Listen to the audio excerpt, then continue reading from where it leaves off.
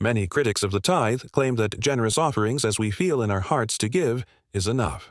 Modern psychological studies prove this pattern isn't sustainable. Research on the sucker effect shows that when high performers see others benefiting from their work, without contributing equally, they deliberately reduce their own effort to avoid being exploited. This was documented by psychologist Mel Schnake in 1991, building on decades of research on social loafing and equity theory. Equal pay, regardless of effort, led to collapsed productivity. Eventually, even the best performers stop trying. The system collapses.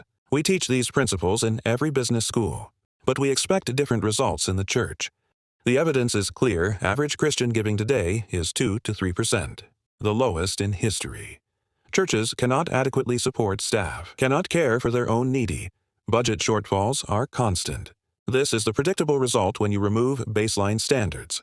But what does Scripture actually teach? Deuteronomy 15:4. There need be no poor among you. This was God's goal for His people. A self-sufficient nation with no needy. But Israel never achieved this. Why? Deuteronomy 15:11. There will always be poor among you, because they did not keep God's system.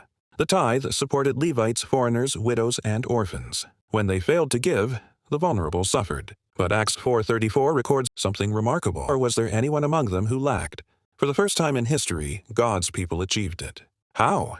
Not by giving less than 10%, but by giving sacrificially beyond it. They sold possessions, gave beyond their ability. The Macedonians in 2 Cor 8:3 gave according to their ability, yes, and beyond their ability. Here is the principle. The 10% is not the ceiling. It is the floor, the training ground. Deuteronomy 14:23. You shall tithe that you may learn to fear the Lord your God. It teaches you to trust God with provision. Opens the windows of heaven.